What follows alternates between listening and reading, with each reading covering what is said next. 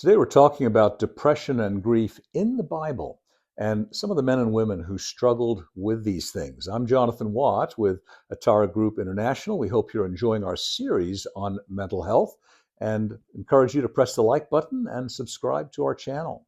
We're going to look at four people mentioned in the Bible who struggled with depression and grief.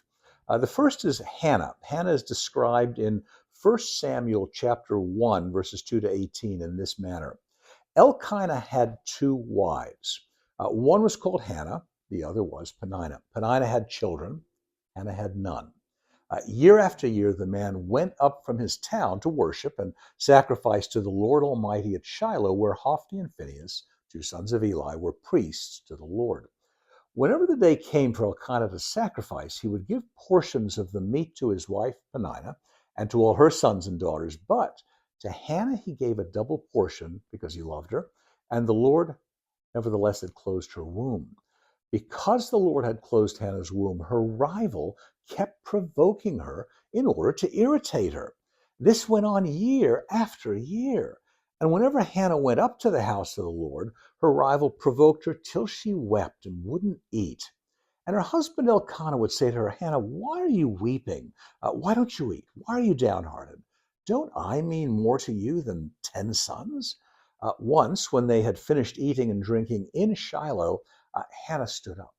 And Eli the priest was sitting on his chair by the doorpost of the Lord's house, and in her deep anguish, Hannah prayed to the Lord, weeping bitterly, and she made a vow, saying, Lord Almighty, if you will only look on your servant's misery, remember me and not forget your servant, but give her a son.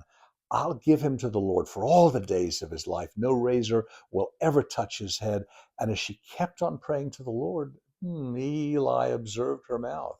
Hannah was praying in her heart, and her lips were moving, but her voice was not heard. And Eli thought, she's drunk. And he said to her, how long are you going to stay drunk? Put away your wine. Not so, my lord, Hannah replied. I'm a woman who's deeply troubled.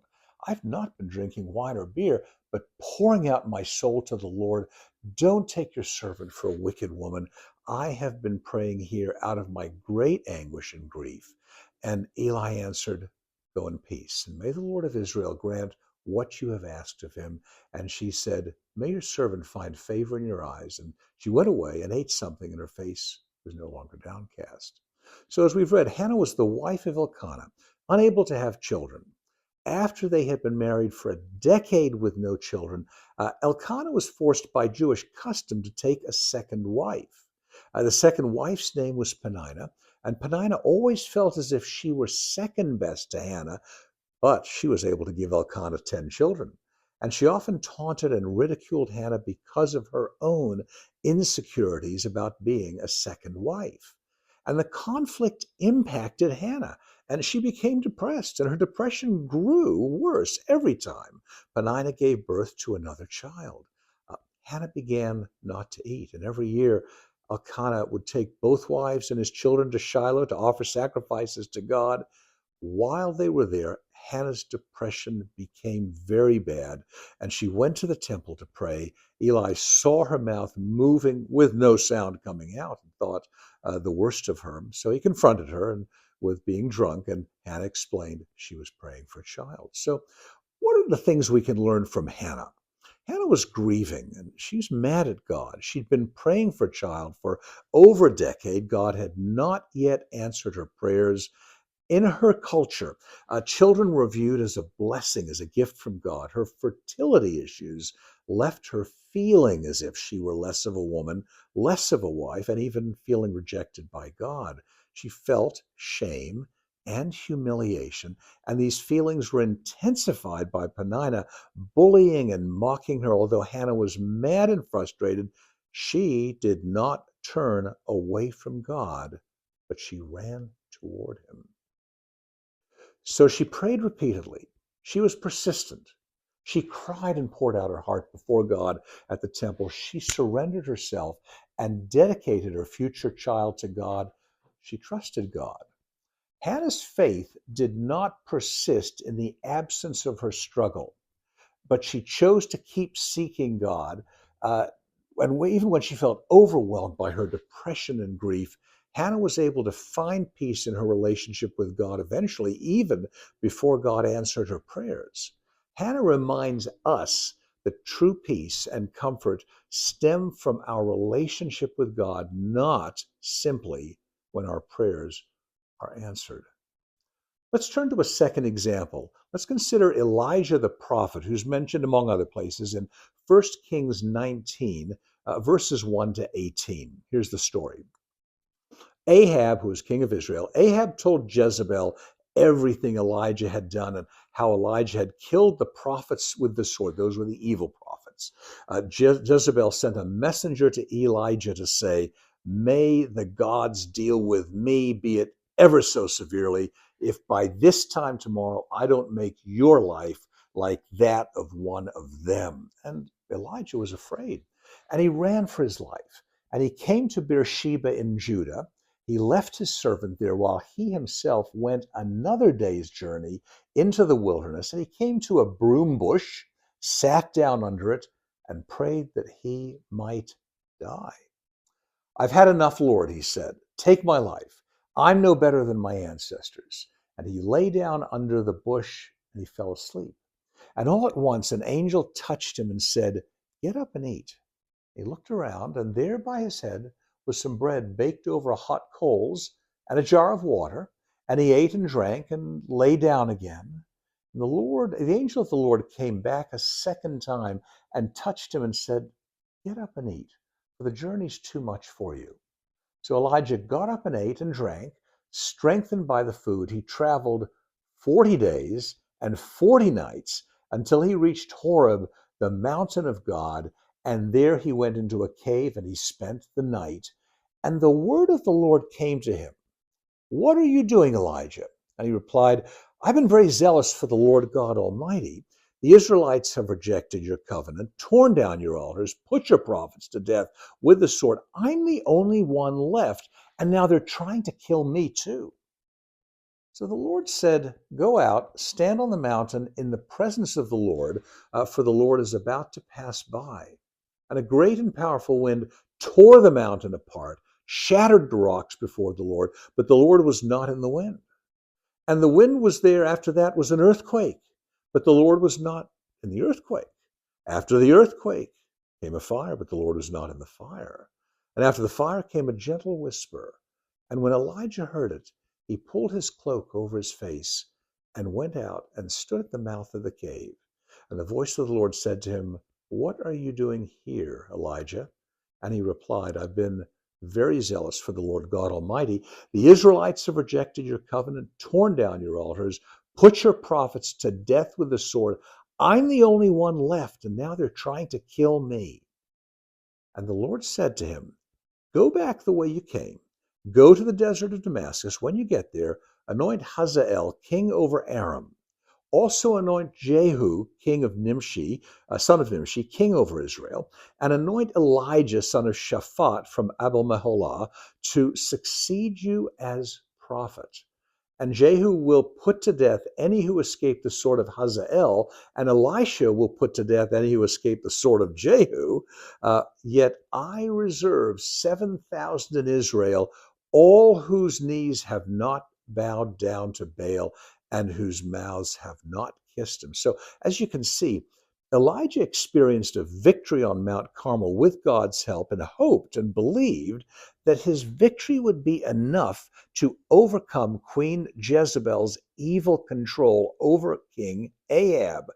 Instead, Queen Jezebel ordered his death, and Elijah felt defeated and in danger despite his victory. However, uh, he did not despise what had just begun. Have you ever been in this position, in the gloom and despair and defeat, when all of your expectations exploded in your face? He didn't have the resilience or the stamina to continue the battle at that time. His depression began when he lost hope, and those feelings were intensified when he believed he was endangered. When combined, all of these conditions caused a storm of depression and prompted Elijah to flee. Elijah did not think before he fled. He just reacted. His reaction was exacerbated by fatigue and hunger, dehydration. Elijah was having difficulties managing his emotions. So, what are the things we can learn from Elijah? Well, the first problem the prophet had was that he forgot to rely on God for his strength and to have faith in God. The second problem Elijah had was his expectations of what was going to happen. You see, we need to learn from Elijah's response regarding our own expectations and their impact on us. See, as we've already mentioned, Elijah was expecting a different outcome, something maybe a bit more positive. He wanted to exact a change, a spiritual revival in Israel, but instead he was disappointed in the results of the work. So when Elijah failed to realize, or what he failed to realize, is that life is full of disappointments, and if we're not very careful, our expectations can derail us. This may cause us to shut down out of frustration. It can cause us to give up hope. It can cause us to flee. These may cause us to quit taking care of ourselves. So it's not wrong for us to pray and hope for the best. It's also wrong to look at the Lord for blessing. It's not wrong to look for the Lord for blessing, but we need to remember that God has a plan and answers prayers according to his plan. God holds us responsible, wants us to be obedient, to love, to endure, to be faithful in what we're called to do. God does not hold us responsible for the results. The results are in God's hands, not ours. We cannot change other people. And we sometimes can't change our circumstances either. These things are up to God. When we lose sight of that, we can get caught up in our own expectations. We can easily slip into an attitude which expects that things work out the way we wish. We find that our expectations are the source of our happiness and our security or our significance. We could end up like Elijah, depressed, fearful, ready to run away, hopeless, not taking care of ourselves. We can be engulfed in feelings of failure and depression or fear and frustration. So those are some lessons from Elijah. How about, let's look at a third person here, Naomi, described in Ruth 1, verses 1 to 22. Here's the story. In the days when the judges ruled, there was a famine in the land. So a man from Bethlehem in Judah, together with his wife and 2 sons, went to live for a while in the country of Moab. The man's name was Elimelech. His wife's name was Naomi, and the names of his 2 sons were Mahlon and Chilion. They were Ephrathites from Bethlehem in Judah, and they went to Moab and they lived there. Now, Elimelech, Naomi's husband, died, and she was left with her 2 sons. They married Moabite women, one named Orpah, the other named Ruth, and after they had lived there for about a decade, both Mahlon and Chilion also died. And Naomi was left without her 2 sons and her husband. So when Naomi heard in Moab that the Lord had come to the aid of his people by providing food for them back in Israel, she and her daughters-in-law prepared to return home from there. And with her 2 daughters-in-law, she left the place where they'd been living and set out on the road that would take them back to the land of Judah. Then Naomi said to her 2 daughters-in-law, "Go back home to Moab, each of you, to your mother's home. May the Lord show you kindness. Have you shown me kindness?" Um, uh, and maybe you can find kindness with husbands there. May the Lord grant each of you to find rest in the home of another husband. And she kissed them goodbye. And she wept aloud. And she said, "We will go back to your people." But Naomi said, "Return home, my daughters. Why would you come with me? Am I going to have any more sons who could become your husbands? Return home, my daughters. I am too old to have another husband. Even if I thought there was still hope for me, even if I had a husband tonight and gave birth to sons, would you wait till they grew up? Would you remain unmarried for them? No, my daughters. It's bitter for me and better for you. The Lord's hand has turned against me." And they wept aloud again. And Orpah kissed her mother-in-law goodbye, But Ruth clung to her. Look, said Naomi, your sister-in-law is going back to her people and her gods. Go back with her. But Ruth replied, don't urge me to leave you or turn back from you. Where you go, I'll go. Where you stay, I'll stay. Your people will be my people. Your God, my God. Where you die, I'll die.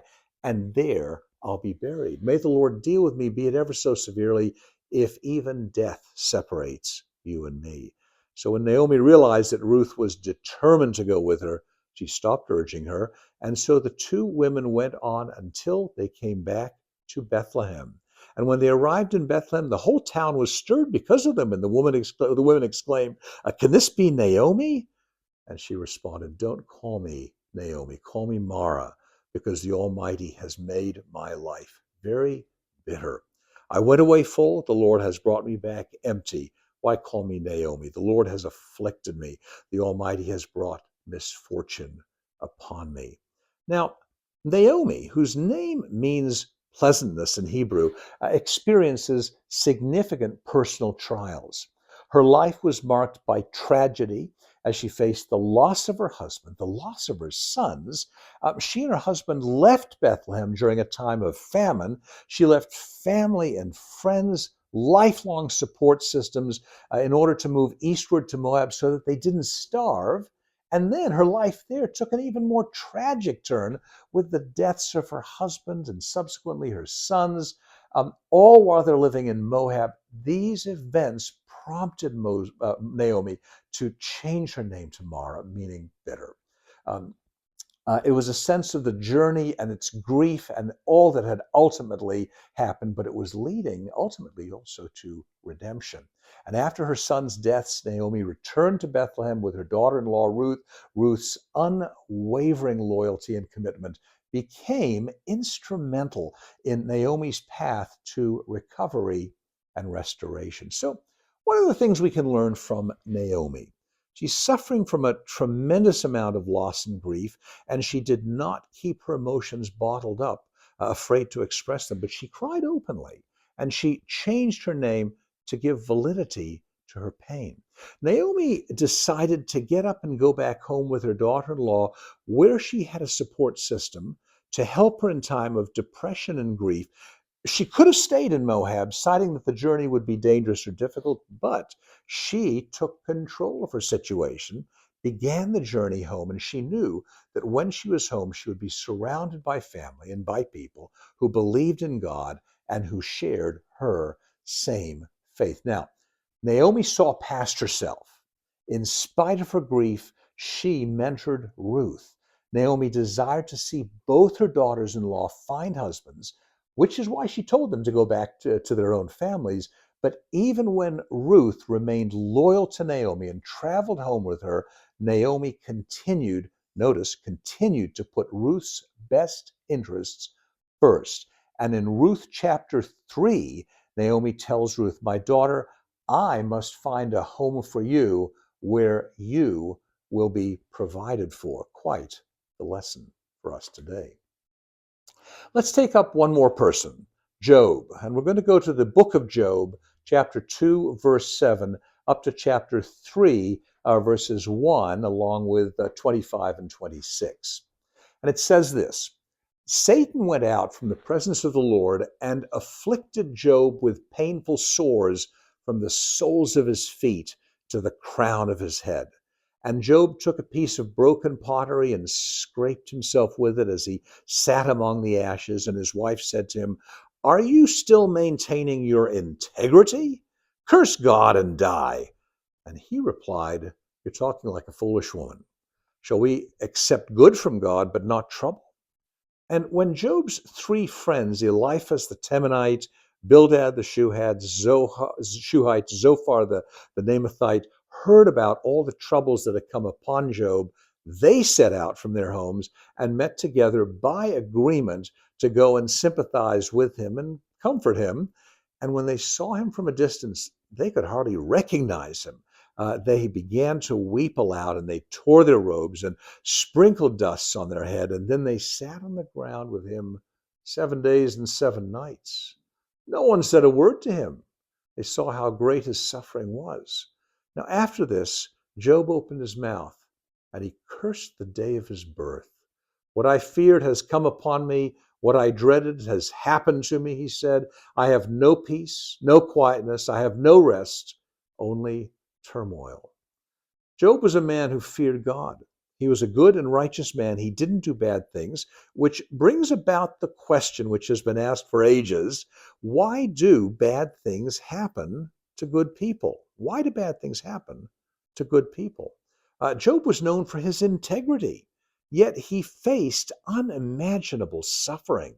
And in a very short period of time, he lost his wealth, he lost his children, he lost his health. His friends and even his wife questioned if he had some awful sin from which he'd not repented. They questioned his faithfulness. They advised him to curse God. They even told him to give up. And yet, in spite of all the negativity around him, Job remained steadfast in his faithfulness to God. So, what are the things we can take from Job? You see, Job teaches us that life is suffering.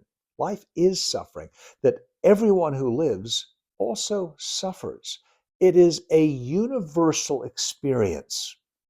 Everyone faces trials, hardships, seasons of pain. The difference is how we respond to suffering.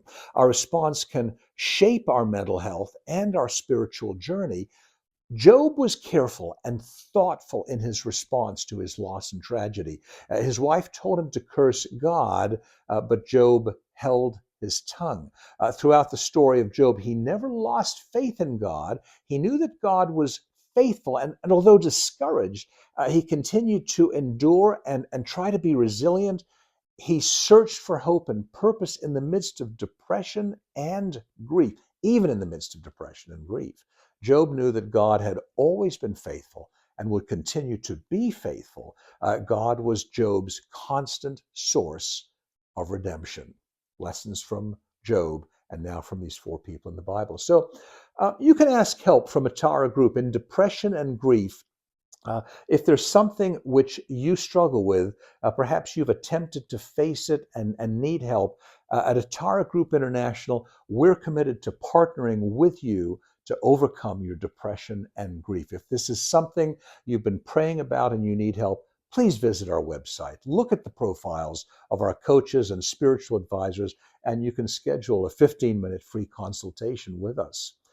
Call for help if you are in an absolute emergency. If you're experiencing a mental health crisis, such as suicidal thoughts or severe distress or an acute mental episode, it's essential you seek immediate assistance from a qualified mental health professional or emergency services, and you can call the Suicide and Crisis Lifeline. Call 8988 or 1-800-273-TALK.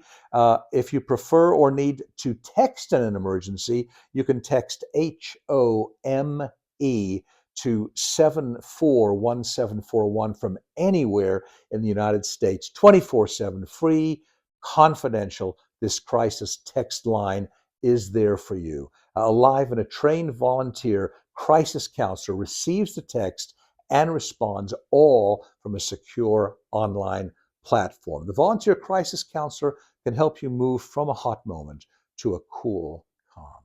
Thank you.